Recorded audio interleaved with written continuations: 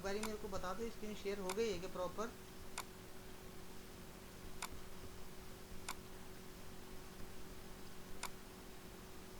हाँ yes sir. Yes sir. Okay okay, thank you. तो हमारा जो काम होता है, जैसे मैंने आपको बताया, वो होता है कि हमें अपने सर्वर पे ये बेसिक कॉन्फ़िगरेशन वाला पार्ट तो मैंने आपको सारा बता दिया था, इंटीग्रेशन तक का। अब इंटीग्रेशन के बाद हमारा जो दूसरा काम था, देखो इंटीग्रेशन मैंने आपको पूरा बता दिया था ना, लास्ट क्लास में हमने इंटीग्रेशन कंप्लीट करा। मेरी कंपनी का नाम क्या था उस दिन? मैंने किस नाम से इंटीग्रेट करी थी company? VNN sir. DLX sir. DLX sir, DLX। तो चलो OX02 से जाते हैं, VLX। X sir, defined business area भी बता दिया था सर आपने। VLX नाम से तो है नहीं। Sir DLX sir, DLX। DLX yes same है क्या? Sir. Yes sir. Okay okay ठीक है। देखो क्या है, हमने DLX नाम से बना दिया। अभी समझो ना चीज़ें जो मैं बड़े ध्यान से बता रहा हूँ। हमने एक कंपनी के अंदर इंटीग्रेट कर लिया। हमें कैसा पता चलेगा कि हमने इंटीग्रेशन जो करा है वो हुआ भी है सर्वर पे कि नहीं हुआ है? सबसे पहला क्वेश्चन है ना। इंटीग्रेशन करना बड़ा बात नहीं है, सब कुछ तो लिखा हुआ है, एक एक चीज़ आपके पास लिखा हुआ है, एक एक नोट्स लिखा हुआ है, ये करो ये करो ये करो, ऐसे करो ऐसे करो, एक एक चीज़ उसमें मेंशन है। देखो अगर आप ध्यान से देखोगे, ये देखो एक एक चीज़ मेंशन है कि आप यहाँ जाओ, फिर यहाँ क्लिक करो, फिर यहाँ क्लिक करो, ये विंडो खुलेगी। यहाँ पे आपने 1310 नाम की कंपनी से इंटीग्रेट करना है। किस कंपनी के अंदर कर रहे हो वो कंपनी आपने यहाँ पे डालनी है, उस कंपनी का नाम आपने अपने सर्वर पे डालना है। तो ये एक बहुत बेसिक बेसिक चीज़ें थी। देखो तो इसको यस करो, इसको नो करो, इस पर क्लिक करके इसको यस करो, किसको यस करना है किसको नो, ये सब जब हो जाता है तो हमें कैसा पता चलेगा कि हमारे सर्वर में पहली बात इंटीग्रेशन हुई है कि नहीं हुई है? तो उसको मैं बताने के तरीके बता रहा हूँ। पहला तरीका जो आपका होता है आपके सर्वर पे किसी चीज़ को चेक करने के लिए, वो होता है OX03। OX0, पहले OX02 डालेंगे। OX02 क्या होता है? OX02 से हमें ये पता चलता है कि हमारा कंपनी का कोड बना कि नहीं बना। तो OX02, देखो जब हम इंटीग्रेट करते हैं ना, तो OX02 से जिस नाम से हमने इंटीग्रेट करा होता है, ऑटोमेटिक उसी नाम से हमारी कंपनी बन जाएगी। देखो ये जैसे मेरा है DLX, आप ध्यान से देखोगे तो इंटीग्रेशन के टाइम ही ऑटोमेटिक कंपनी बन गई, उसका एड्रेस आ गया और उसकी अंदर की भी डिटेल्स आ गई। देखो ऑटोमेटिक आ जाता है, यानी कि हमें इंटीग्रेट करते ही सारी डिटेल्स आ जाती है। तो इंटीग्रेशन डन है। दूसरा काम है कि अगर आपके सर्वर पे एंट्री पास करते टाइम कोई एरर आ रहा है, जैसे लिखा हुआ आ रहा है नीचे कि integration done by with error ये, तो फिर आपका इंटीग्रेशन नहीं हुआ। तो इंटीग्रेशन चेक करना बहुत ज़रूरी है। तो दो ही तरीके हैं चेक करने के, एक तो ये कि क्या एरर आया कि नहीं आया, और OX02 से आपको चेक करना है यहाँ पे पोजीशन पे जाके कि मेरी सर कंपनी मैंने जो DLX नाम से इंटीग्रेट हुई है कि नहीं हुई है। तो यहाँ तक समझ में आ गया सबको? सर मैंने जब किया था ना इंटीग्रेशन, मेरा भी यही आ रहा था, कॉपीड विद एरर आया था मेरा। अपनी कंपनी का कोड बताओ। Sir triple M sir. ये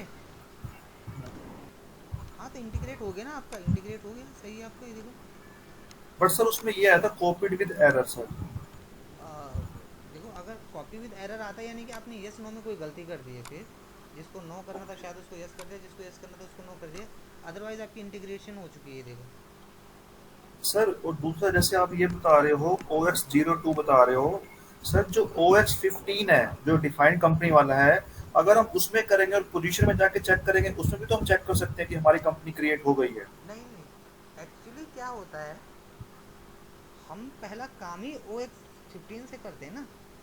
हाँ।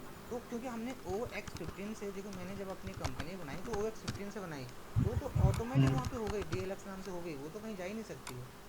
हाँ। तो वो चेक क्या करेंगे, वो तो ऑलरेडी हमने बनाई है। कंपनी का राइट। कोड हमने बनाया नहीं था, आपको याद होगा तो हमने कहीं पे कंपनी का कोड बनाया नहीं बनाया। कंपनी कोड कौन सा? OX02 से कंपनी का कोड होता है ना, अच्छा अच्छा, हाँ। हमने कहीं पे कंपनी का कोड बनाया ही नहीं है। इंटीग्रेशन के टाइम देखो, पहला टॉपिक मैं फिर से बता रहा हूँ, पहला हमने कंपनी बनाई, तो जब हमने कंपनी बनाई थी तो ऑटोमेटिक सर्वर पे सेव हो गई। उसके बाद मैंने आपको क्रेडिट कंट्रोल एरिया बनाना बताया कि आप अपने सर्वर पे क्रेडिट कंट्रोल एरिया बनाओगे, तो वो भी सर्वर पे सेव हो गया। उस क्रेडिट कंट्रोल एरिया के बनाने के बाद जब हमने वो बना दिया, उसके बनाने के बाद मैंने आपको इंटीग्रेशन ज़्यादा बता दी, डायरेक्ट इंटीग्रेशन होता है। इंटीग्रेशन से पहले कहीं भी कंपनी का कोड हमने बनाया ही नहीं है, तो at the time of integration जब हम यहाँ पे कंपनी का कोड डालते हैं, देखो 1310 के साथ जब हम नीचे कंपनी का कोड डालते हैं तो ये इसी नाम से ऑटोमेटिक कंपनी का कोड क्रिएट हो जाता है। OX02 से इसलिए पता चलता है कि हमारी एक 1310 स्टैंडर्ड कंपनी है, इसके अंदर हमने काम करा है कि नहीं करा है, तो क्या करा है और उसकी क्या क्या डिटेल्स है। आ गया समझ में? हाँ, yes, sir। आप में से ऐसा कोई है जिसको इंटीग्रेशन वाला पार्ट समझ नहीं आया? मुझे समझ में नहीं आया सर। कब नहीं आया था? ये तो बीच में जो डिस्कशन चल रहा है ये मेरे को समझ में नहीं आ रहा कहाँ से लगेगा, क्योंकि हम लोग वो तो पार्ट हमने अभी तक क्लास में हुई नहीं। नहीं आपको इंटीग्रेशन पढ़ाया तो था मैंने। आकाश, हेलो, आवाज आ रही है आपको? आकाश शर्मा तो लेफ्ट ही हो गए। अरे मैं आपको इनके साथ ही बताया था, आकाश के साथ उस दिन दोनों को। नहीं, फर्स्ट डे में इंटीग्रेशन आपने बताया था, लेकिन ये OX15 OX3 ये सब कहाँ बताया? OX सबसे पहला टॉपिक ही तो यही पढ़ाया था मैंने आपको। OX15 कंपनी कैसे बनाते हैं, बिना कंपनी बनाए कैसे आगे चले जाएंगे।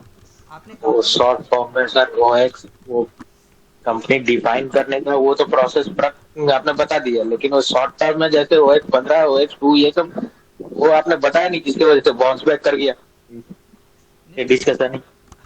नहीं, आप समझ नहीं रहे हो। आप OX15 से आपने कंपनी बनाई कि नहीं बनाई? मैं वो सर वही तो मैं बता रहा हूँ, ये जो नाम आपने अभी लिया ना OX15 वो शॉर्ट जो है वो कोड नहीं बताया गया था उस टाइम पे फर्स्ट क्लास में, कोड नहीं बताया गया, जिसकी वजह से ये डिस्कशन बाउंस कर गया। मैं ये बोल रहा हूँ कोड नहीं, बाकी जो लेंथी प्रोसेस है जिससे डिफाइन हमने किया था कंपनी को वो तो मेरे को पता है, उसके लिए उसमें कोई प्रॉब्लम नहीं है। पता नहीं मुझे मुझे मतलब मैं ये समझ पा रहा हूँ आपका बोलने का मतलब है कि लॉन्ग प्रोसेस से बता दिया, मुझे शॉर्ट प्रोसेस से नहीं बताया है, राइट? हाँ, जैसे अभी आप बता रहे थे ना सर, आप और कौन डिस्कस कर रहा था मेरे को ध्यान में नहीं है। अच्छा तो चलो, समझ गए ना अब आप समझ गए कि नहीं समझे? ठीक है सर। आप समझ गए? आप हाँ जी सर। क्या समझे? कुछ नहीं सर, यही समझ में है, कुछ नहीं। अभी ये डिस्कशन समझ में नहीं आया, बस यही सर, ना कुछ नहीं। कोई बात नहीं, आप डिस्कशन रहने दो, जो मैं पढ़ा रहा हूँ आप उसको देखो। आप हाँ वो कंटेंट के वही चीज साथ डिस्कशन तो कुछ भी हो सकता है ना, किसी चीज़ से रिलेटेड। है। हाँ नहीं सर, वो पहले टॉपिक हो जाए तब डिस्कशन करने में ठीक भी रहता है सर, अच्छा हाँ, नहीं जनरली क्योंकि मैं ऐसे भटक ही जाता करता है। हूँ। नहीं, मैं जनरली क्या करता हूँ कि ये पहले बोल देता हूँ किसी को कुछ पूछना है, या फिर बाद में बोल देता हूँ कि आफ्टर क्लास पूछ लो। तो जनरली हाँ मैं स्टार्टिंग में ही रिजॉल्व करवा देता हूँ कि ठीक है पहले अपने क्वेश्चंस कर लो, क्योंकि अगर आगे का नहीं क्लियर होगा पीछे क्या करोगे आप, हाँ वही चीज। है ठीक ना? तो आगे क्लियर हो तो पीछे समझ भी आएगा, नहीं तो फिर कुछ समझ नहीं आएगा आपको। ठीक है ठीक है सर। चलो, अब हमने इंटीग्रेशन पढ़ लिया था, हमने समझ लिया इंटीग्रेशन क्या होती है, कंपनी बनाना सीख लिया, इंटीग्रेशन सीख लिया, क्रेडिट कंट्रोल एरिया सीख लिया। अब जो मैं आपको बता रहा हूँ बड़े ध्यान से सुनना, उसका नाम है बिजनेस एरिया। पहले बिजनेस एरिया बता देता हूँ, उसके बाद हम और भी चीज़ें करेंगे फटाफट से।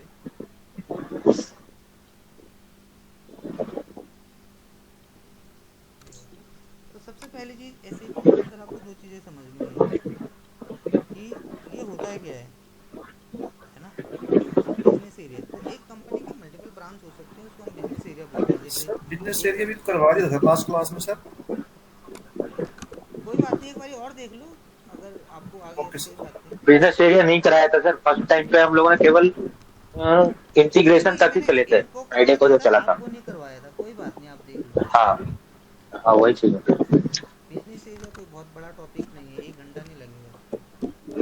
बिजनेस एरिया क्या होता है, एक कंपनी की ब्रांचेस होती है, कोई दिल्ली में है, कोई मुंबई में है, कोई जयपुर में है, कोई पटना में है। बिजनेस एरिया मतलब ब्रांचेस ऑफ कंपनी। तो OX03 अब आप चाहे स्टेप्स फॉलो कर लो यार, चाहे टी कोड से कर लो, बात एक ही है। अब इसी के सामने ये इसका टी कोड भी लिखा हुआ है, अलग से कुछ नहीं है। स्टेप से फॉलो कर लो, क्योंकि मैं दोनों तरीके से बताऊंगा, वो बहुत लंबा टाइम लगेगा। 2 महीने का कोर्स 4 महीने में ख़त्म होगा। तो एक तरीके से मैं बता रहा हूँ, बाकी फॉलो करते रहो, शॉर्टकट्स भी देखते रहो, लॉन्ग भी फॉलो करते रहो। क्योंकि एक ही चीज़ को दो दो बार बताएं, मान के चलो अगर आप एक्सेल सीख रहे हो, पिक्चर्स की बात बता रहा हूँ, बेसिक सा चीज़, और मैं आपको बोल रहा हूँ कि ये डेटा है, यहाँ पे डेटा बना दिया, अब इसको मुझे अंडरलाइन करना है, तो मैं कंट्रोल यू से भी करके दिखाऊँ, और वही मैं वहाँ से अंडरलाइन करके दिखाऊँ यहाँ होम पे जाके, वो बहुत लंबा टाइम लगेगा। मैं जनरली एक से बता देता हूँ और बोल देता हूँ कि देखो सामने लिखा हुआ है, इसको फॉलो करोगे तो ये विंडो खुल जाएगी, वो सब लिखा हुआ है, क्योंकि यहाँ सब एक्सपीरियंस है, कोई भी फ्रेशर नहीं है। तो अब वो थोड़ा सा फॉलो करना है, क्योंकि सब लिखा हुआ तो है ही, अब वो फॉलो भी नहीं करा कोई तो फिर बहुत डिफिकल्टी है। तो OX03 for business area, SAP में आते हैं, OX03 डालते हैं, अपनी कंपनी का बिजनेस एरिया बनाते हैं। देखो हर किसी ने अपना बना रखा है, दिल्ली जयपुर मुंबई, मैं अपना बना देता हूँ। मेरा जो बिजनेस एरिया है वो दिल्ली में है, मुंबई में है, मेरी 2 जगह कंपनी है। दिल्ली का नंबर कुछ ये मैंने डिफाइन कर दिया, मुंबई का नंबर कुछ ये डिफाइन कर दिया, इसको यहाँ से सेव कर दिया, बस यही है बिजनेस एरिया। तो मेरी कंपनी के 2 बिजनेस एरिया बन गए, एक ये है और एक ये है। इसको मैंने अभी असाइन नहीं करा कंपनी कोड के साथ, ये आएगा, वो बात का पार्ट है। फिलहाल बिजनेस एरिया सर्वर पे कैसे बनते हैं समझ में आया कि नहीं आया?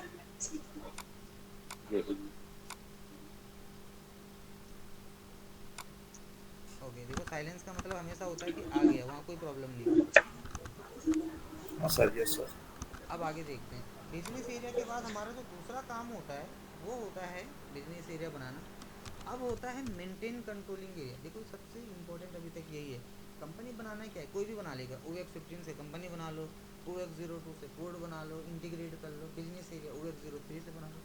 असली पार्ट यहाँ से शुरू होता है, आपका जो मेन काम है मेंटेन कंट्रोलिंग एरिया, यानी कि आपको अपना कंट्रोलिंग एरिया को मेंटेन करना होता है। ज़्यादातर लोग यहाँ गलत करते हैं, आपको बताऊँ मैं तो, क्योंकि बिजनेस एरिया में क्या ही है भाई, आप यहाँ पे आए, SAP में आए, आपने OX03 टी कोड डाला, आपने ऐसे लोगों के देख लिए बन रखे, अपने बना दिए, यहाँ पर दिल्ली डाल दिया, यहाँ पे मुंबई बना दिया, कुछ भी आपने जो बना दिया, यहाँ पे उसका कोड डाल दिया कि दिल्ली के लिए ये दिखा दे रहे हैं, मुंबई के लिए ये दिखा दे रहे हैं, इसको नीचे से सेव कर दिया। तो ये एक एक सेकंड में होता है ये टॉपिक, ये कुछ भी नहीं है, कोई भी ऐसे ही 1 मिनट में बना देता। असली चीज़ ये है मेंटेन कंट्रोलिंग एरिया, इसको बड़े ध्यान से देखना।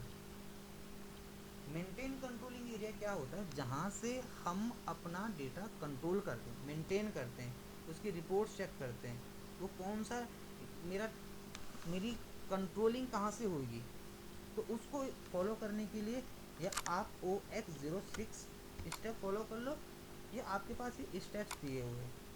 तो मैं एक से करके दिखा देता हूँ, दूसरे से आप कर लेना, मैं इसको थोड़ा सा स्टेप से फॉलो करके दिखा देता हूँ, शॉर्ट से आप कर लेना।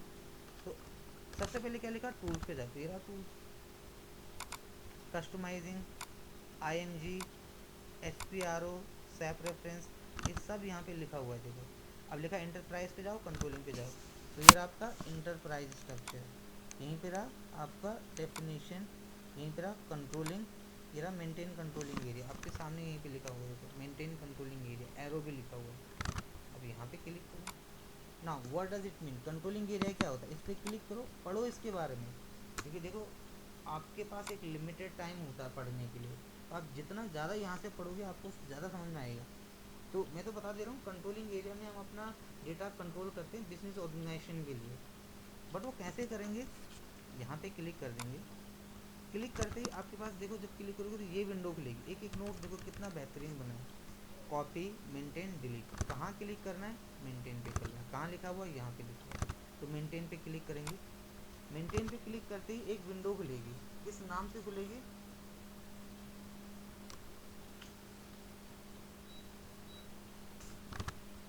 ये खुल गई विंडो, देखो जैसे यहाँ पे क्लिक करोगे ये विंडो खुल गई।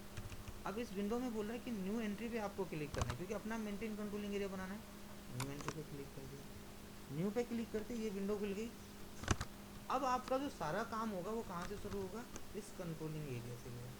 तो यहाँ पे कंट्रोलिंग एरिया पे क्लिक कर लो, लिखा हुआ कंपनी कोड, किस कंपनी के कोड के लिए आप बिजनेस एरिया क्रिएट कर रहे हो, तो मैंने बोल दिया DLX, मेरा DLX नाम से कंपनी का कोड है, इसके लिए मैं क्रिएट कर रहा हूँ। यहाँ पे ग्रीन पे क्लिक करो, ग्रीन पे क्लिक करते ही आपका सारा डेटा ऑटोमेटिक फिल हो गया। देखो नेम ऑटोमेटिक आ जाएगा, करेंसी ऑटोमेटिक आ जाएगा, आपका चार्ट ऑफ अकाउंट आ जाएगा, फिजिकल ईयर वेरिएंट आ जाएगा। अब आप बोलोगे सर ये तो हमने बनाया ही नहीं था, ये कहाँ से आ गया? आपको याद होगा मैंने आपको इंटीग्रेशन पढ़ाया था, वहाँ से इंटीग्रेशन के टाइम सारा डेटा ऑटोमेटिक आपके सर्वर पे आ गया। तो ये हमारा कंट्रोलिंग एरिया से ऑटोमेटिक आपके सर्वर पे सारा का सारा डेटा आ चुका है, यहाँ पे कुछ भी नहीं करना पड़ेगा। एक छोटी सी चीज़ जो आपको यहाँ पे करनी पड़ती, देखो लिखा भी है कि यहाँ पे क्लिक करोगे, कंपनी का कोड डालोगे, ये ग्रीन पे क्लिक करोगे, देखो एक एक नोट सब कुछ लिखा हुआ है। यहाँ क्लिक करो, आपका कंपनी कोड आएगा, उस पर ये डालना, मेरा जॉब नाम से था, आपका जो होगा वो डालना। ये देखो ऑटोमेटिक विंडो इस तरीके से खुल जाएगी, सारी चीज़ वही चीज़ यहाँ पे आ गई। अब यहाँ पे आपने एक चीज़ चेंज करनी है, क्या चेंज करनी है? जैसे हमें यहाँ समझ नहीं आ रहा, नोट पे जाओ, लिखा हुआ है, ये आपको चेंज करना है। Controlling area same is company code. Controlling area आपने लेना है, लेकिन किसका लेना है? कंपनी के कोड का लेना है। तो आपने अपने सर्वर पे यहीं पे क्लिक करना है, यहाँ पे लिखना है controlling area same is company code. इसके बाद यहाँ से सेव कर दो। हाँ कैसे लिखा हुआ है सेव कर दो, आप नोट्स में देख लो नीचे यहाँ पे लिखा हुआ है कि सेव करो अपने। तो अपने अपने कंट्रोलिंग एरिया को यहाँ से सेव कर दे। तो जनरली आपको सबसे पहले तो एसएपी का मतलब समझना है कि हम कर क्या रहे हैं। हम क्या कर रहे हैं? हम इम्प्लीमेंटेशन कर रहे हैं। इसमें एक कंपनी जो कि एसएपी के सर्वर पे नहीं है, उसको एसएपी के सर्वर पे डाल रहे हैं, उसका पूरा का पूरा डेटा मेंटेन कर रहे हैं, उसकी रिकॉर्डिंग कर रहे हैं, उसका कंट्रोलिंग कर रहे हैं। तो उसमें हमने कंट्रोलिंग डाल दिया, नाम डाल दिया, सारी चीज़ें डाल दी, सेव कर दिया। तो आप देखोगे हमारे कंट्रोलिंग एरिया डन हो जाएगा। इस तरीके से एक डिटेल्स खुलेगी, फिर उसको सेव कर देंगे। तो यही खुला, देखो इस तरीके से खुलेगी, यहाँ से इसको सेव कर देंगे। एक एक चीज़ डिफाइन है सर, बस आपको इसको फॉलो करना है। इसको सेव करने के बाद थोड़ा नीचे आ गया, यहाँ पे ऊपर नीचे हो जाता है स्क्रॉल करते टाइम। अब जब ये आपका ये सेव हो जाएगा, जैसे मैंने सेव कर दिया, अब आप इसकेप से बाहर आ जाओ, क्योंकि इसकी जो भी कॉन्फ़िगरेशन है वो आपके सर्वर पे क्रिएटेड है, अपडेटेड है। इसमें कुछ भी नहीं करना, कंट्रोलिंग एरिया डाला और कंपनी का कोड। तो हमने अपना कंट्रोलिंग एरिया कंपनी का कोड डाल दिया, इसकेप से बाहर आ गए। अब चेक करना है, पोजीशन पे जाओ, कंपनी का कंट्रोलिंग एरिया क्या है? DLX। यही तो बनाया था मैंने स्टार्टिंग में भाई। सबसे पहला टॉपिक कंपनी बनाई, दूसरा क्रेडिट कंट्रोल एरिया बनाया। तो ये क्रेडिट कंट्रोल एरिया, इस पर डबल क्लिक करोगे आपको सारी डिटेल्स दिख जाएंगी कि सही है। तो ये हमारे यहाँ तक हो चुका है। अब हमारा जो मेन काम शुरू होता है वो होता है प्लांट बनाने का अपनी कंपनी के लिए। अब एक प्लांट क्या होता है, आप में से कोई बता सकता है? What does it mean? Plant क्या होता है?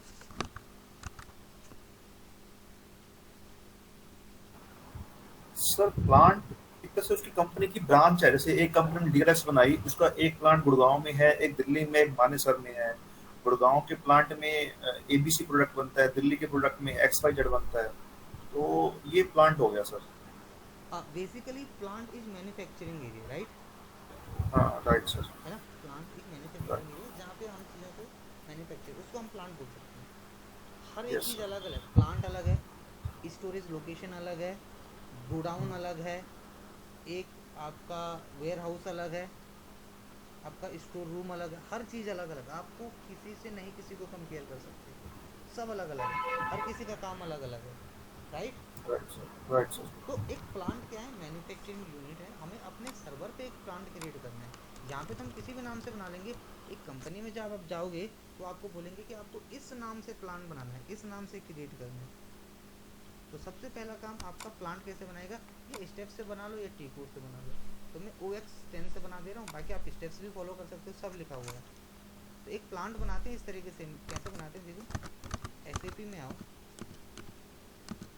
यहाँ पे डालो OX10। मैं इसको सारा सब कुछ पहले यहाँ से बंद कर देता हूँ, यहाँ पे डालता हूँ OX10, एंटर मार दिया, ये विंडो खुल गई। हमेशा देखो इतना आपको समझना है, कोई भी चीज़ बना रहे हैं ना तो न्यू से बनेगी। कोई भी चीज़ देख रहे हैं तो पोजीशन से चेक होगी।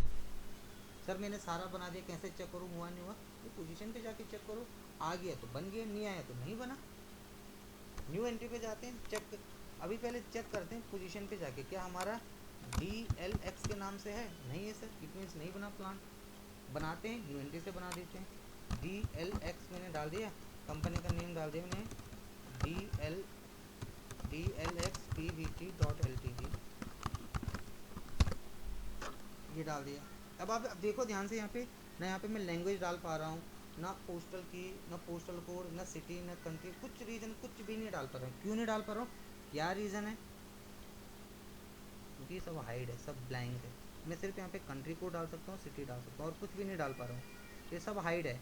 मुझे इसको सही करना है, मैं चाहता हूँ कि ये मुझे मेरे सर्वर पे सारी चीज़ें दिखें। तो इसके लिए कुछ नहीं करना, आपको सेव पे क्लिक करोगे, ऑटोमेटिक एक विंडो खुलेगी, यानी कि जो आपका प्लांट है उस प्लांट का कोई एड्रेस तो होगा भाई। एसएपी कोई बहुत बड़ी चीज़ नहीं, कॉन्सेप्ट वाइज समझो ना, कि एक प्लांट बना रहे हैं, उसका एड्रेस डाल रहे हैं, एड्रेस में कंपनी है, मिस्टर है, मिसेज है, क्या है, कंपनी है, कंपनी का नाम क्या है, DLXPVT.ltd, ये आ गया। उसका सर्च टर्म क्या है, मैंने लिख दिया न्यू दिल्ली, यहाँ पे लिख दिया मैंने, इसे कोड डाल दिया मैंने, यहाँ पे स्ट्रीट डाल दिया, उसका कोई स्ट्रीट है ये था, ये कुछ यहाँ पे डिफाइन कर दिया इसलिए। पोस्टल कोड क्या है 1100, ये डाल दिया। सिटी कौन सी सिटी है, ये मेरी सिटी है। कंट्री ये मेरी कंट्री है। कौन सा रीज़न है, ये मेरा रीज़न है दिल्ली नाम से। यहाँ पे और भी चीज़ आ रही है, postal code, pin code, post box, ये डाल दो जो भी आप डाल सकते हो। ये लैंग्वेज होगी, ये टेलीफोन नंबर हो गया, डिफाइन करो, ये आपको मोबाइल नंबर हो गया, जो भी डालना है। अब ये थोड़ी ना कि मुझे सर यही क्यों डाल रहे हो, आप कुछ भी डाल सकते हो, तो कंपनी की डिटेल्स हैं भाई, सीधी सी बात है। ये क्या, देखो आप इसको कैटेगराइज करो ना, समझो आप। ये नेम हो गया तो नेम में ये डिटेल्स आ रही है, ये सर्च है तो सर्च में इस तरीके से, इस स्ट्रीट है, स्ट्रीट में postal code, pin code, city आ गई। ये पीए बॉक्स एड्रेस है तो पोस्टल कोड के एड्रेस के आ गए। ये कम्युनिकेशन हो गया, फ़ोन नंबर, टेलीफोन, मोबाइल, ये सब बेसिक चीज़ें हैं, कुछ भी नहीं डिफ़िकल्ट है। फैक्स नंबर डाल दें जो भी आपको डालना है। ये ईमेल आईडी डाल दी मैंने। ये बहुत सारी चीज़ें डाल सकते हो। उसके बाद अगर इसको सेव करना है तो यहीं पे सेव के बटन होता है नीचे ग्रीन, सेव कर दो। जैसे ही सेव करोगे देखो ऑटोमेटिक इसके अंदर डिटेल्स आ गई। अब ध्यान से देखो, ये डिटेल्स ऑटोमेटिक आ गई, क्योंकि मैंने वो अंदर जो डिटेल्स डाली वो सारी डिटेल्स यहाँ आ गई ऑटोमेटिक। बाकी कोड डालना है, सिटी डालनी है, डाल सकते हो, अदरवाइज रिक्वायर्ड नहीं है। तो हमने एक चीज़ बना के सेव कर दी। अगर मुझे इसको चेक करना मैंने सही से डाला नहीं डाला, यहाँ पे इस पर क्लिक कर दो, एड्रेस पे, ये देखो मेरी सही की। ये डिलीट करना, यहाँ से डिलीट कर दो। छेड़ वो नहीं, जब तक आएगा नहीं, छेड़ना तो पड़ेगा चीज़ों को, बट डिलीट मत करना कुछ भी, डिलीट कर दोगे सर्वर से सब बढ़ जाएगा। अब पोजीशन से जाके चेक करते हैं, DLX नाम से बना कि नहीं, ये बन गया। आप कंसेप्ट लेके चलो ना, आप ऐसे ना एसएपी को रट्टा मार के मत चलो। कोई भी चीज़ आप, मैं देखो प्रोग्रामिंग सिखाता हूँ आपको, सबको पता होगा, मैं PHP .NET जावा HTML CSS सब सिखाता हूँ। तो मैं वहाँ कभी भी नहीं बोलता किसी को रट्टा मारो, मैं बोलता हूँ कंसेप्ट समझो, चल क्या रहा है, किससे क्या हो रहा है। और वो तो बहुत डिफिकल्ट है, आप लोगों को तो क्या है, चीज़ें बेसिक्स डालनी है। आप सोचो जिस बंदे ने बनाया होगा, इसका बैकएंड में काम करा होगा, वो कितना इंटेलिजेंट होगा। तो फ्रंट एंड पे काम करे, क्या कर रहे हैं, सिटी में सिटी, पोस्टल कोड में पोस्टल कोड, पिन कोड में पिन कोड, इंटीग्रेशन में क्या करा, जिसको यस करना उसको यस, जिसको नो करना उसको नो। तो हमने चार तो चीज़ें बनाई, एक कंपनी बनाई, कंपनी के बाद क्रेडिट कंट्रोल एरिया बनाया, उसके बाद इंटीग्रेशन करा, उसके बाद बिजनेस एरिया बनाया, आज मेंटेन कंट्रोलिंग एरिया बना के प्लांट बनाऊंगा। तो चीज़ें बहुत बेसिक्स हैं, ये बहुत ज़्यादा टाइम वाली चीज़ें नहीं है। ये प्लांट बन के हमारा तैयार हो गया। अब चेक करना है, कहाँ से चेक होगा, OX010 से ही चेक होगा, कहीं और से थोड़ी नहीं चेक होगा। जहाँ चीज़ बनती है वो चीज़ वहीं चेक होती है, कहीं और वो चीज़ चेक नहीं होती। अगर मैंने OX10 से अपना कंपनी का कोड बनाया है तो OX10 से ही मैं अपनी कंपनी का कोड यहाँ से जाके चेक कर सकता हूँ। DLX, ये खुल गया सारा। कोई भी चीज़ कंसेप्ट वाइज चलो, ये बहुत ही चीज़ सीट है, इससे ज़्यादा कुछ हो ही नहीं सकता है। तो कैसे हमने प्लान बनाया, बना दिया। अब दूसरा काम हमारा डिफाइन स्टोरेज लोकेशन, यानी कि हमारा स्टोरेज लोकेशन क्या है। स्टोरेज लोकेशन क्या होती है, पहले इसको समझते हैं। स्टोरेज का मतलब होता है, एक प्लांट है, एक प्लांट के अंदर मल्टीपल स्टोरेज हो सकते हैं, जहाँ वो डेटा हम स्टोर कर रहे हैं उसको स्टोरेज लोकेशन बोलते हैं। वो स्टोर कैसे करते हैं,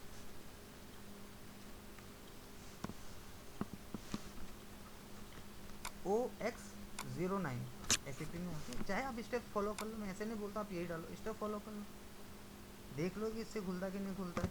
फॉलो करने में क्या जाता है, OX10 भी डालो, पहले डालो OX09 लिखा ना यहाँ पे OX09, तो OX09 डाला, देखो क्या खुला, ये खुल गया। तो ये प्लांट खुला इससे, तो बोल रहा है आपका प्लांट क्या है, तो प्लांट हम अपना प्लांट डाल देंगे, इनको सबको हटा देता हूँ मैं। तो OX9 से डायरेक्ट प्लांट खुला। अब स्टेप्स फॉलो करते हैं, तो IMG तक जाना। IMG कैसे जाते हैं, इन्हें पूरा बता रखा, टूल्स, कस्टमाइजिंग, IMG, SPRO, सेप रेफरेंस, ये IMG, ये मेन स्क्रीन है, डिस्प्ले IMG, ये IMG पहुँच गया। अब क्या बता रहा है IMG के बाद, लिखा इंटरप्राइज स्ट्रक्चर, ये रहा इंटरप्राइज स्ट्रक्चर। अब लॉन्ग करके किसी को फॉलो करना है। उसके बाद बोल रहा है डेफिनेशन, ये रहा डेफिनेशन है। उसके बाद बोल रहा है मटेरियल मैनेजमेंट, ये रहा सब मटेरियल मैनेजमेंट, ये रहा मटेरियल मैनेजमेंट।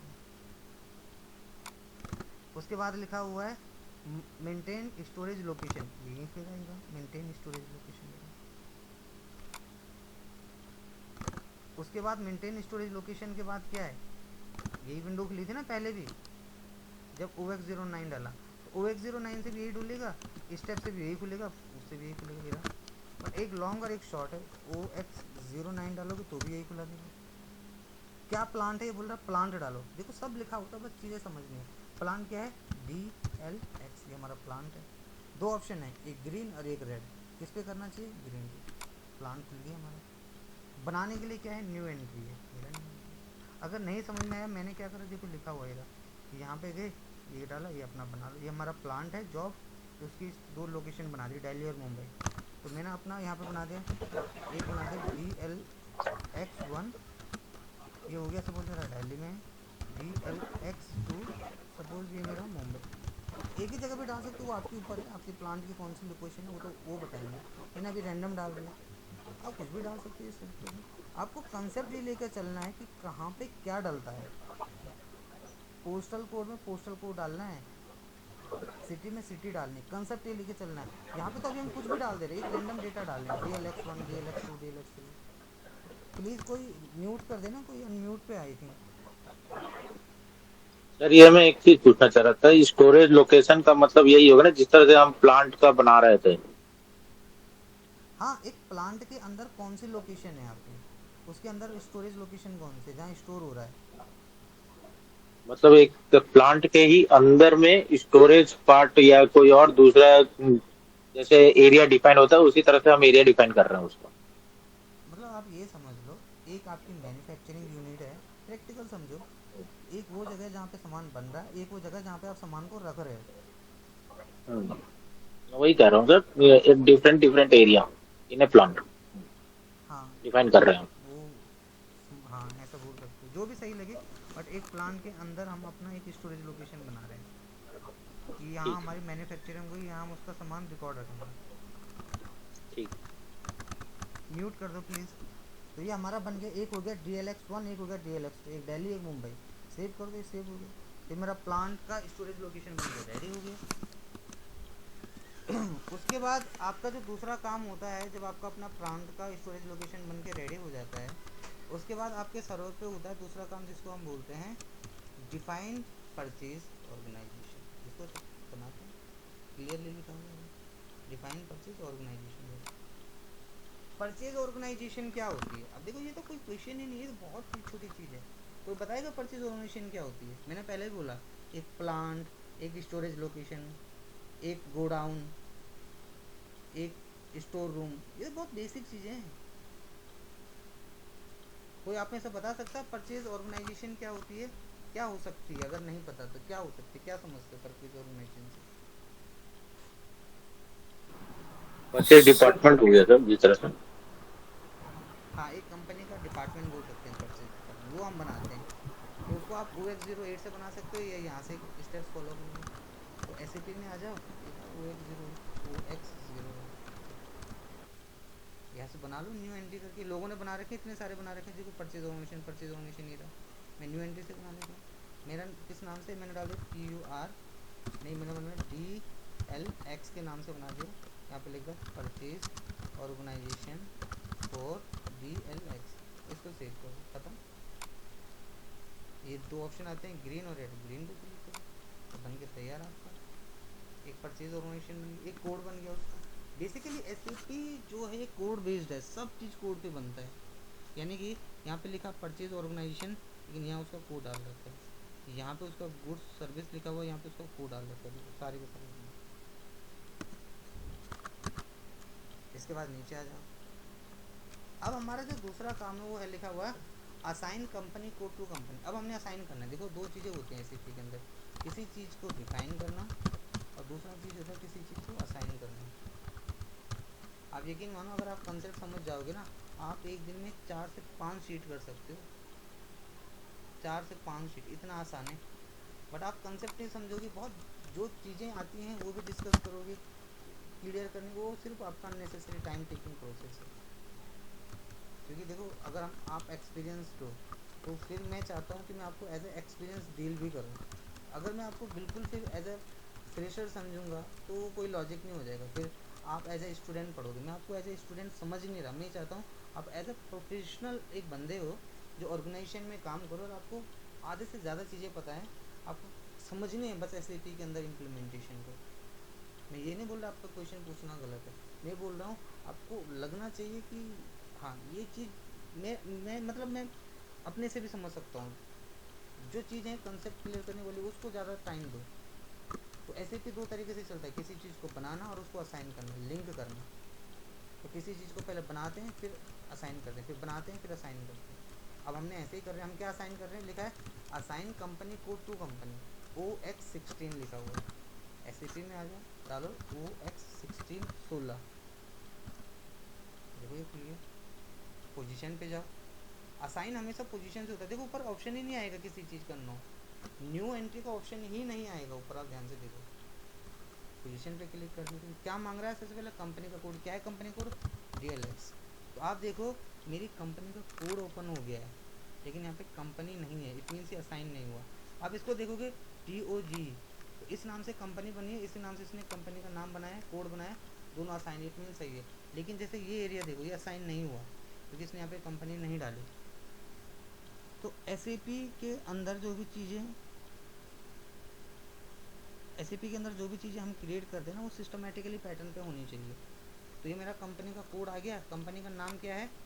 अब ये मत भूलना कंपनी का नाम हमें पता नहीं है, क्योंकि सबसे पहला मैंने आपको कंपनी ही बनाना बताया था। तो आप जो भी चीज़ बनाते हो उसको एक जगह रख लो, मैं तो एक ही नाम से बनाता इसलिए। तो DLX मेरा कंपनी का कोड है, DLX ही मेरा कंपनी का नाम है ये। तो मैंने अपने कंपनी के कोड को कंपनी के नाम के साथ यहाँ से असाइन कर दिया, से खत्म बस।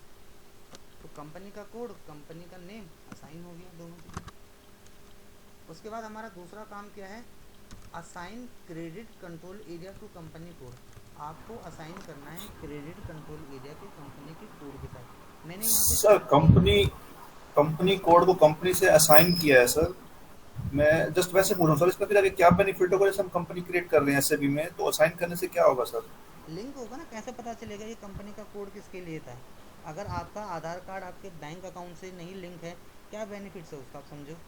कैसे पता चलेगा कि आप ही का है। बहुत और सारे सर उसका बेनिफिट्स डीएलएक्स हमने हैं। लिंकिंग का मतलब क्या होता है, आपका एक्सेस ज़्यादा है, आपकी इन्फॉर्मेशन ज़्यादा है, आपकी गैदरिंग ज़्यादा है, आपके पास ज़्यादा डिटेल्स हैं किसी चीज़ को लिंक करने से। क्योंकि एसएपी के अंदर हमने कंपनी बना दी, मतलब आप ओपन सर्वर है ना, एसएपी में कंपनी कोई भी बना सकता। मैं OX15 पे गया, मैंने न्यू एंट्री करी, मैंने एक कंपनी बना दी DJ के नाम से, ऐसे ही DJ ये डाल दिया, ऐसे ही शॉर्ट में बना के दिखाता हूँ। कुछ स्ट्रीट डाल दिया, पोस्टल कोड डाल दिया, कुछ पिन कोड डाल दिया, कुछ सिटी डाल दी, ये कंट्री डाल दिया, ये सेव कर दिया यहाँ से।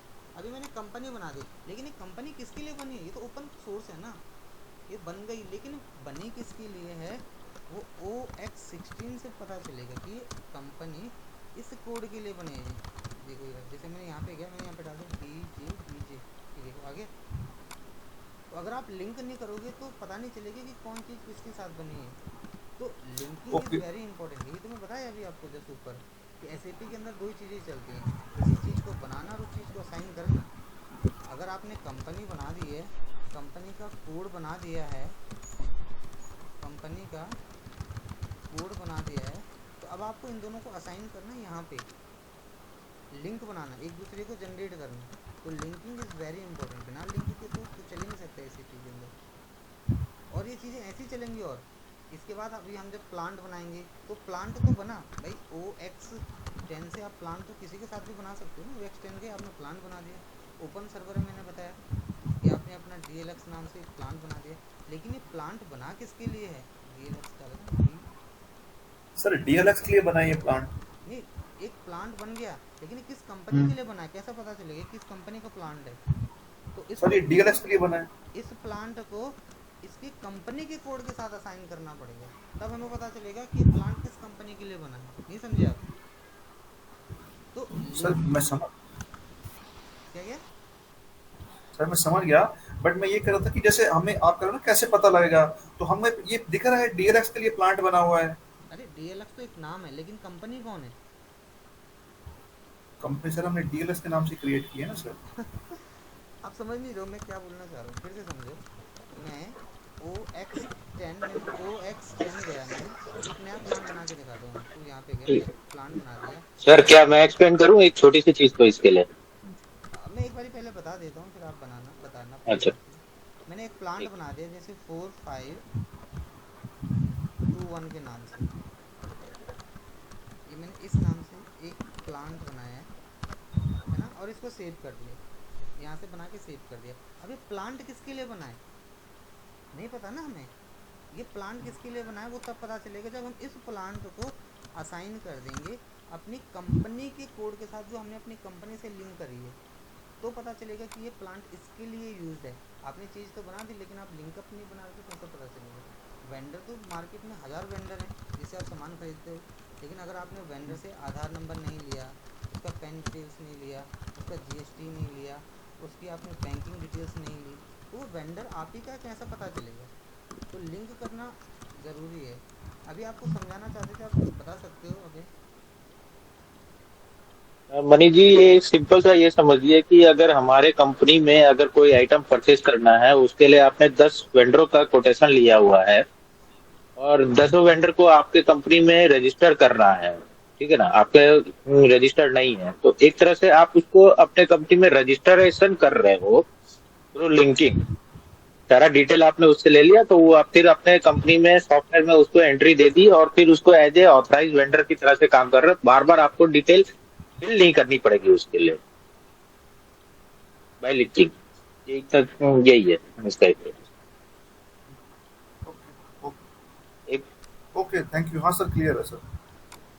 ओके, अब हमने असाइन करना अपना क्रेडिट कंट्रोल एरिया को किसके साथ? कंपनी के कोड के साथ।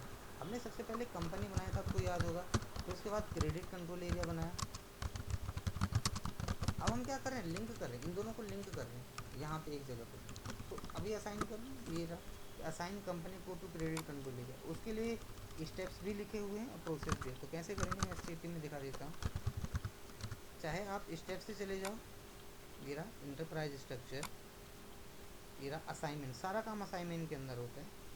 यहीं पे रहा फाइनेंशियल अकाउंटिंग, ये रहा इसका कोड, लिखा है assign company code to credit control area.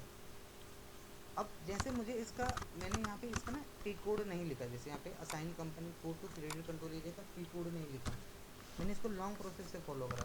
लेकिन अगर आप इसका टी कोड जानना चाहते हो कि इसका टी कोड क्या होगा, तो कहाँ से पता चलेगा? एडिशनल इन्फॉर्मेशन पे क्लिक करेंगे, डिस्प्ले की पे क्लिक करेंगे, डॉक्यूमेंट पे क्लिक करेंगे।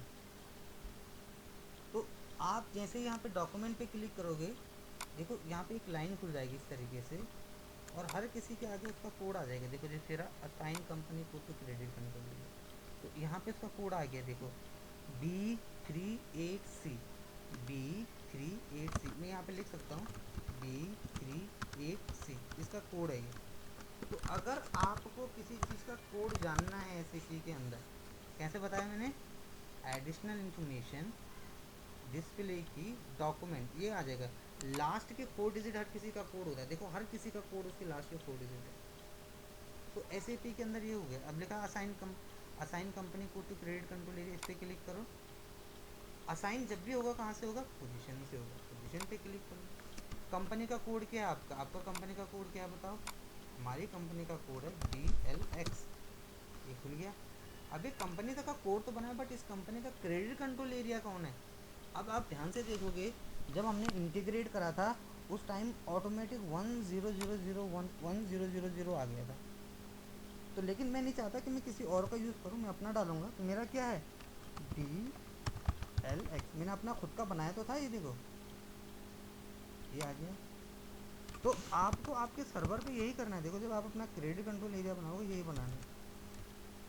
बस आपको एक छोटी सी चीज़ याद रखनी है, जब आप अपना कंपनी का कोड कंपनी के क्रेडिट कंट्रोल एरिया से असाइन करोगे, ओवरराइट पे क्लिक नहीं करोगे। देखो यहाँ पे ओवरराइट पे क्लिक है, इसको हटा दोगे। नहीं तो ओवरराइट से क्या होगा कि जो 100 आया था ना, वो भी आ जाएगा, उसकी डिटेल्स भी आ जाएगी। तो ओवरराइट नहीं करते कभी। इसको सेव कर दो। हमने क्या करा, बहुत छोटी चीज़ है ये, कुछ भी नहीं। अगर आप ध्यान से देखोगे, स्टेप्स फॉलो करा, यहाँ पे आए, पोजीशन पे गए, कंपनी का कोड क्या है, DLX है, कंपनी का नाम, कंपनी का क्रेडिट कंट्रोल एरिया क्या है, ये बस सेव कर। क्या है, बहुत आसान है।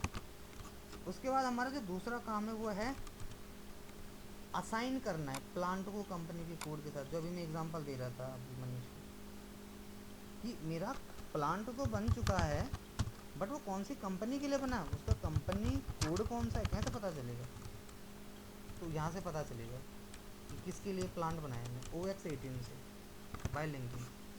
तो आप कैसे करोगे, इसके स्टेप्स भी लिखे हुए हैं यहाँ पे, इसके टी कोड में OX18 डाल दे रहा हूँ डायरेक्टली। OX18 टी कोड डाला मैंने, कि विंडो कुछ इस तरीके से खुल जाएगी। यहाँ पे अगर आप ध्यान से देखोगे, मैंने अपना ये बना रखा है, यहाँ पे कंपनी का कोड है, यहाँ पे कंपनी का प्लांट है। तो आपने यहाँ पे न्यू एंट्री पे जाना है। देखो इसको मैं यहाँ से थोड़ा सा एक्सटेंड कर देता हूँ आगे आपको, ताकि अच्छा दिखाई दे। कंपनी का कोड क्या है, DLX, ये है कंपनी का कोड। कंपनी का प्लांट क्या है, DLX, ये है कंपनी का प्लांट। तो ये मेरा कंपनी का कोड, ये मेरा कंपनी का प्लांट, और ये मैंने यहाँ से कर दिया सेव। और जब मैं इसको सेव करूँगा तो इसकी डिटेल्स ऐसी खुलनी चाहिए इसके सामने। मेरे कंपनी का कोड क्या है, ये रहा, देखो लिखा है, क्लियर लिखा है ना, कंपनी का प्लांट ये है, कंपनी का कोड ये है।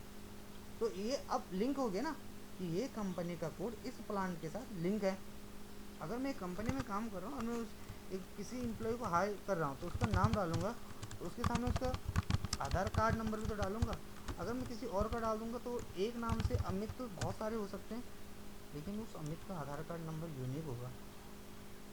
तो हम ऐसा बनाते हैं कि एक सर्वर के अंदर उसकी कनेक्टिविटी बने। तो हमने कंपनी के साथ उसका प्लान डाल दिया और उसकी परचेज ऑर्गेनाइजेशन डाल दी, यहाँ तक कंप्लीट हो गया।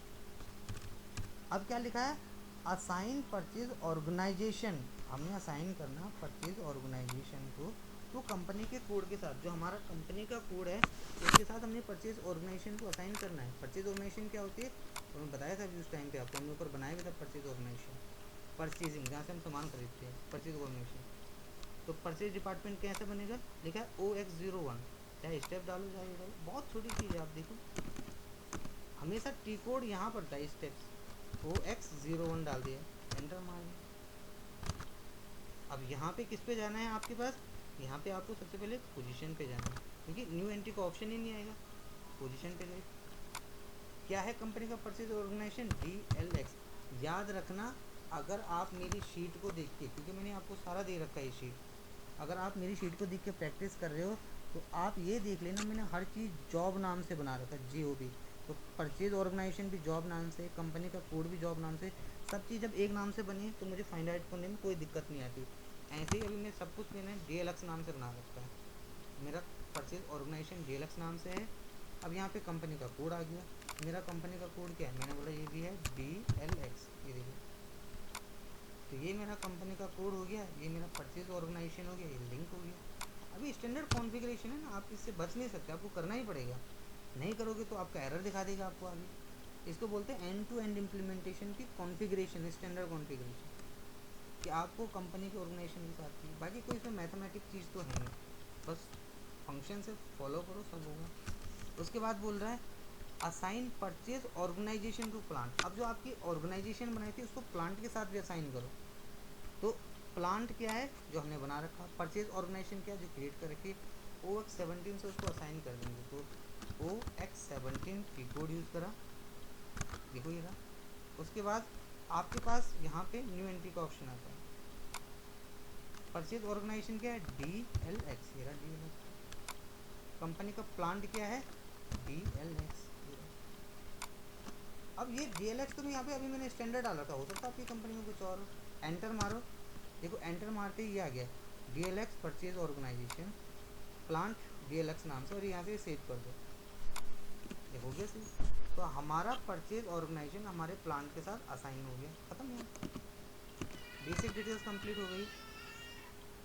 ये देखो सारे का सारे का। इसके बाद हमने जो भी काम करा हम उसको अपने सर्वर पे चेक कर सकते हैं कि क्या सारा सही है, कुछ गलती तो नहीं है उसमें। तो वो होता है controlling area, maintain controlling area. तो मेंटेन कंट्रोलिंग एरिया अपने सर्वर पे कैसे चेक करते हैं वो मैं आपको दिखा देता हूँ। ये रहा एक्यूरेट बेसिस पे यहाँ पे लिखा हुआ है ये। तो हमें यहाँ पे ज़्यादा कुछ करना नहीं होता है, हम अपना कंट्रोलिंग एरिया जस्ट चेक करते हैं। हाँ, चेक करने का बहुत बेसिक सा तरीका है, सब स्टेप्स लिखे हैं। कंट्रोलिंग में जाओ, जनरल स्ट्रक्चर पे जाओ, ऑर्गेनाइजेशन पे जाओ, ये देखो ये रहा tools, customising, ING, SPRO, SAP reference, ये सब बेसिक स्ट्रक्चर है। ये रहा आपका कंट्रोलिंग का। कंट्रोलिंग के बाद रहा आपका जनरल कंट्रोलिंग, तो यहीं पर रहा जनरल कंट्रोलिंग। उसके बाद यहाँ पे होता है ऑर्गेनाइजेशन, ये रहा ऑर्गेनाइजेशन। उसके बाद यहाँ पे लिखा है मेंटेन कंट्रोलिंग एरिया, तो ये रहा मेंटेन कंट्रोलिंग एरिया। अब चेक करो मेंटेन हुआ कंट्रोलिंग एरिया कि नहीं हुआ, कैसे चेक करेंगे, यहाँ से देख लेते हैं। ये रहा पोजीशन, तो हमारा कंट्रोलिंग एरिया क्या है, DLX। ये देखो ये रहा DLX, ये बता रहा है DLX नाम से आपने ये बना रखा है। हाँ जी सब सही है। तो ये बहुत बेसिक्स है, जब भी आप काम करते हो चेक करना बहुत बड़ा काम नहीं है।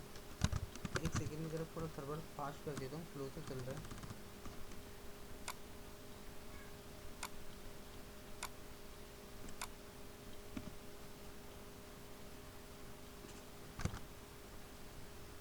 मेंटेन कंट्रोलिंग एरिया पर जाने के लिए सबसे पहले आपको यहाँ पे सैप रेफरेंस पे जाना है।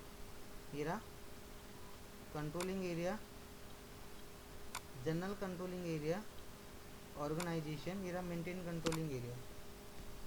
ये रहा मेंटेन कंट्रोलिंग एरिया पहला वाला।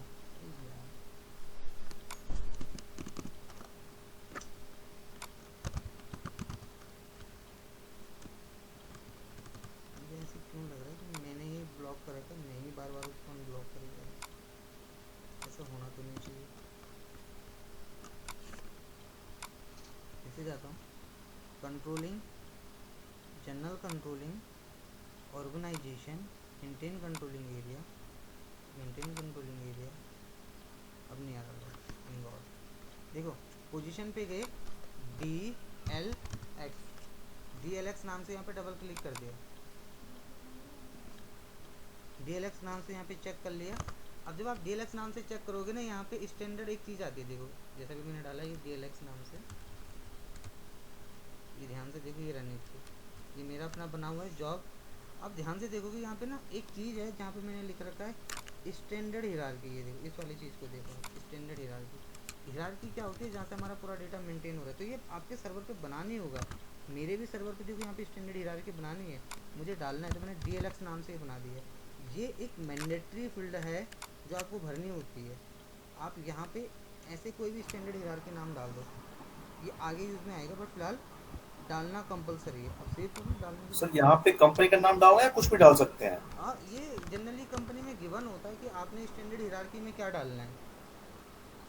अभी फिलहाल हम यहाँ पे कुछ भी डाल सकते हैं, बट वहाँ पे वो नंबर देते, ज़्यादातर टेक्स्ट में नहीं होता, नंबर में होता है, अल्फ़ाबेटिक्स में होता है कि आपने ये डिफाइन करना है। ओके, जनरली सर हिरार्की तो सर वो होता है ना, एक तरह से जो लेवल होते हैं, लेवल 1 2 नहीं 3 वो इस अलग तरह चीज़ से है, डाउन। वो अलग चीज़ है। ओके, हिरार्की का मतलब होता है एक नंबर यहाँ पे डिफाइन करते हो, बाद में ये ठीक चीज़ है बनाने के लिए ज़रूरत पड़ता है। सर। ओके। अब इसको बनाने के बाद आपको जो दूसरा काम है, जब आप ये बना लोगे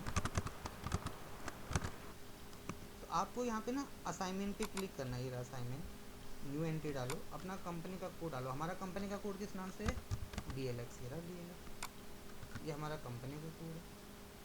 इसको सेव करना तो सेव कर दो।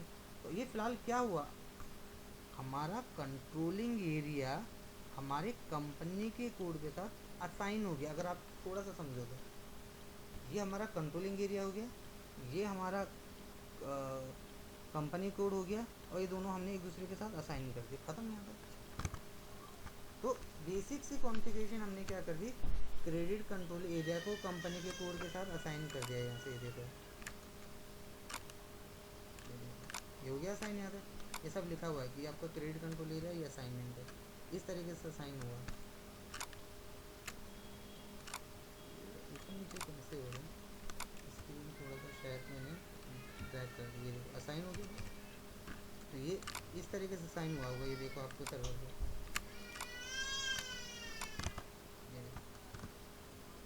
तो ये रहा कंपनी का कोड, ये रहा कंपनी का नाम, ये सारी चीज़ें बन चुकी हैं सर्वर पे। तो कंट्रोलिंग एरिया को अपने कंपनी के कोड के साथ कैसे असाइन करते हैं ये मैंने बता दिया। अब यहाँ पे एक छोटी सी चीज़ और होती है, इसको बोलते हैं एक्टिवेशन, एक्टिवेट करना। इसको ध्यान से देखना, नहीं तो फिर बाद में आपको इतना सब पढ़ के आपको लगेगा यार ये समझ नहीं आया, क्योंकि यहाँ पे लोग ज़्यादातर गलती करते हैं। तो यहाँ पे हमने कुछ करना नहीं है, इसको सेलेक्ट करना है और यहाँ पे एक्टिवेट इंडिकेटर्स पे डबल क्लिक करना है। ये यहाँ पे हमने इसको डबल, यहाँ पे मैं इसको पेस्ट भी कर दे रहा हूँ, ये रहा। तो हमने क्या करा, इसको सेलेक्ट के एक्टिवेट कंपोनेंट्स पे डबल क्लिक करा, ये रहा, और यहाँ पे न्यू एंट्री कर दो, और जितने भी यहाँ पे नॉट एक्टिवेटेड सबको एक्टिवेट कर दो। यानी कि 2023 किस ईयर, अब बड़े ध्यान से सुनना, ईयर यानी कि कौन सी कंपनी का कंट्रोलिंग एरिया, DLX। इस कंट्रोलिंग एरिया के लिए 2023 में ये सारी चीज़ें एक्टिवेट होगी। ये नॉट एक्टिवेट था, इसको एक्टिवेट कर दिया, ये नॉट एक्टिवेट था, इसको एक्टिवेट कर दिया, ये नॉट एक्टिवेट था, इसको एक्टिवेट कर दिया, ये नॉट एक्टिवेट था, इसको एक्टिवेट कर दिया, सारी चीज़ें एक्टिवेट हो गई हैं। यहीं पे क्लिक करा, इन सबको यहाँ से एक्टिवेट कर दोगे, इन सबको यहाँ से एक्टिवेट कर दोगे। इसमें से हम एक जो नहीं लेंगे वो है नीचे रियल एस्टेट मैनेजमेंट वाला, बाकी सब लेंगे, ये सब एक्टिवेट करना है। तो जनरली हम क्या कर रहे हैं, बड़े ध्यान से सुनना, हम 2023 में अपना फाइनेंशियल ईयर जो है, देखो 2 में कुछ नहीं है, अभी 2 में कुछ डाल भी नहीं सकते, देखो बंद है फील्ड। तो इस क्रेडिट कंट्रोल एरिया के लिए इस ईयर में ये सारी चीज़ें एक्टिवेट हो गई हैं, बस इसको छोड़ देना, इस पर मत क्लिक करना, इसको सेव कर देना। जैसे ही सेव करोगे यहाँ पे ईयर ऑटोमेटिक आ जाएगा। देखो मैं दिखाता हूँ, असाइन एक्टिविटी नॉट पॉसिबल, पता नहीं कौन सा क्लिक कर दिया मैंने, चेक करता हूँ। हाँ सही है, यानी कि मेरा क्रेडिट कंट्रोल एरिया जो मेरा नंबर था प्रीवियस वो जनरेटेड नहीं था, बट अब वो अपने आप ही जनरेट हो गया। ये देखो यहाँ पे, अब इसको क्लिक कर दो, खत्म, ये सारे एक्टिवेट हो गए। अब देखो ऑटोमेटिक यहाँ पे क्या डिटेल्स आ जाती है, ईयर कि 2023 से लेके कौन से ईयर तक आपका एक्टिवेट रहेगा, 9999।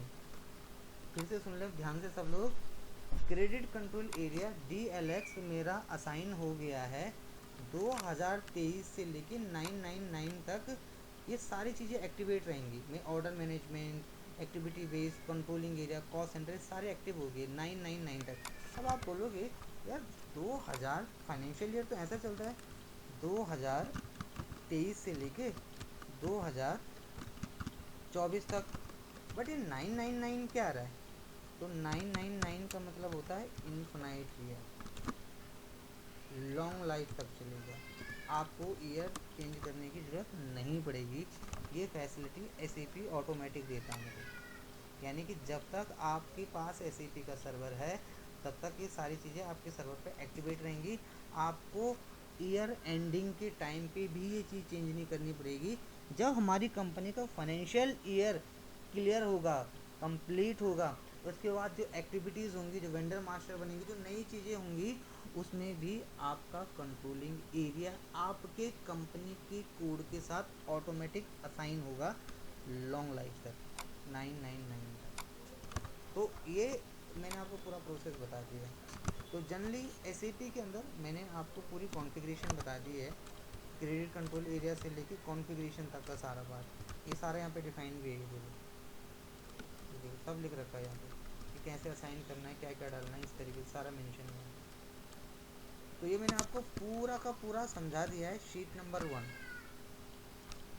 नंबर 1 मैंने आपको कम्प्लीटली बता दी, जिसमें मैंने आपको पहले बताया था कंपनी कैसे क्रिएट करते हैं, दूसरा टॉपिक मैंने उस दिन बताया था क्रेडिट कंट्रोल एरिया कैसे बनता है। इसके बाद तीसरा मैंने आपको बताया था कि इंटीग्रेशन कैसे करते हैं। यहाँ तक हमने पहले पढ़ा था। आज जो मैंने आपको बताया है वो मैंने आपको कम्प्लीटली बताया है, कहाँ से लेके, यहाँ से लेके बिजनेस एरिया से लेके।